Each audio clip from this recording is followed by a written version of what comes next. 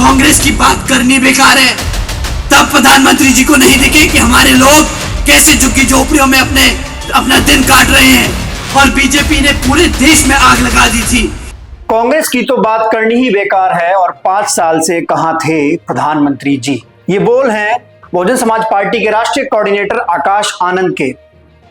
हाल ही में आकाश आनंद की दिल्ली विधानसभा चुनाव को लेकर दिल्ली में कुंडली विधानसभा के भीतर एक रैली हुई, जिसके बाद से आकाश आनंद के जो बयान है, जो भाषण है, वो सोशल मीडिया पर गजब वायरल हो रहे हैं। आकाश आनंद पुराने वाली फॉर्म में नजर आ रहे हैं। जिस तरीके से आकाश आनंद अरविंद केजरीवाल के ऊपर हमला बोलते हैं और पूछते हैं कि अरविंद केजरीवाल तो द्रौपदी की साड़ी से भी लंबी लंबी फेंकते हैं, वो बयान सोशल मीडिया पर वायरल है। लेकिन उसके अलावा 2 ऐसे बयान हैं जिस पर आकाश आनंद भाजपा नहीं सीधे प्रधानमंत्री नरेंद्र मोदी को घेर रहे हैं और साथ ही साथ कांग्रेस को लेकर, यानी कि राहुल गांधी और प्रियंका गांधी को लेकर क्या कह रहे हैं वो मैं आपको बताता हूं। देखिए इस वीडियो में। कांग्रेस की बात करनी बेकार है। आज बीजेपी के लिए तो मैं 2 शब्द बोल भी सकता हूं, कांग्रेस के लिए तो वो भी बोलना बेकार है, क्योंकि कांग्रेस के जो 2 भाई बहन हैं, ये दोनों जोड़े निकलकर फैशन खेलने से तो इन्हें फुर्सत मिलती नहीं। पार्लियामेंट में जाके नीली टी-शर्ट नीली साड़ी पहन के नाटक पूरा कर लेते हैं। जिन राज्यों में इनकी सरकारें चल रही हैं, ये वहां तो हमारे समाज को आज तक सम्मान तो दे नहीं पाए। आज यहां पर जब दिल्ली के चुनाव सर पर है तो इन्हें फैशन खेलना है। साथियों, इन पे और 2 शब्द बोलूंगा तो वो भी जाए होंगे मेरे 2 शब्द। ये दोनों ही पार्टियां एक ही सिक्के के 2 पहलू हैं साथियों। ये दोनों ही पार्टियों ने हमारे बाबा साहब का सम्मान नहीं किया।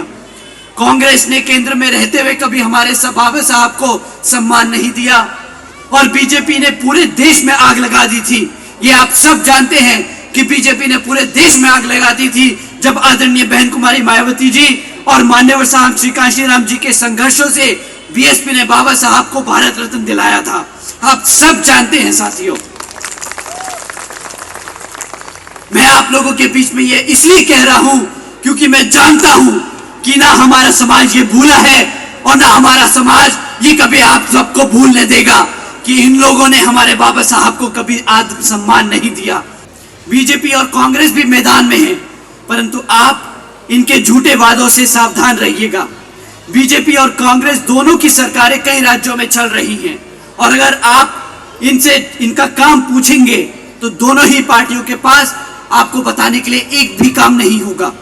ये आपको बताएंगे तो क्या बताएंगे कि हमसे मुफ्त में राशन ले लो, हमसे मुफ्त में बिजली ले लो, हमसे मुफ्त में सहयोग ले लो, पर कभी भी ये आपको मुफ्त में शिक्षा नहीं देंगे, कभी भी आपके बच्चों को रोजगार नहीं देंगे। केंद्र की भाजपा की सरकार में यहां तक कि केंद्र की भाजपा की सरकार को भी जे कॉलोनी की चुनाव के दौरान ही याद आई। पिछले 5 साल से कहां थे ये जे कॉलोनी के लोगों के लिए फ्लैट। अभी 2 दिन पहले आदरणीय प्रधानमंत्री जी जे कॉलोनी के सभी लोगों को फ्लैट की चाबियां दे रहे हैं। 5 साल से कहां थे आदरणीय प्रधानमंत्री जी? क्यों हमारी जनता पिछले 11 साल से झुग्गी झोपड़ियों में नहीं रह रही? तब नहीं दिखे ये लोग? तब प्रधानमंत्री जी को नहीं दिखे कि हमारे लोग कैसे झुग्गी झोपड़ियों में अपना दिन काट रहे हैं?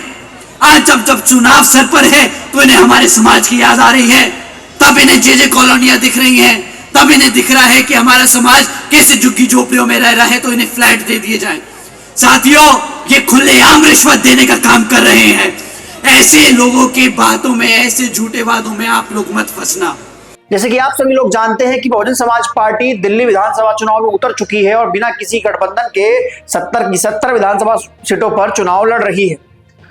बहुजन समाज पार्टी की रणनीति इस बार खुद बीएसपी सुप्रीमो मायावती बना रही हैं और खबर यह है कि बसपा सुप्रीमो मायावती पार्टी के घटते जनाधार को देखते हुए दिल्ली में एक्टिव हो गई हैं और लगातार दिल्ली को लेकर रणनीति बनाई जा रही है।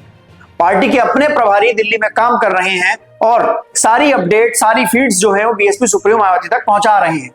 दिल्ली में 17% दलित वोटर है और 2008 में बीएसपी को 14% वोट जो है वो दिल्ली विधानसभा चुनाव में मिला है, जिसमें 2 सीटें भी बीएसपी जीती है। उसके बाद अब आकाश आनंद स्टार प्रचारक की तरह फायर ब्रांड अंदाज में जिस तरीके से मोदी, केजरीवाल और कांग्रेस पर बरस रहे हैं, उसके बाद अब यह देखना है कि आगे इस चुनाव में क्या होता है। आकाश आनंद के इन बयानों को लेकर आप लोग क्या सोचते हैं? आप लोग अपनी राय कमेंट सेक्शन में दर्ज करा सकते हैं। तब तक के लिए चलते हैं, फिर मिलेंगे दूसरे वीडियो में।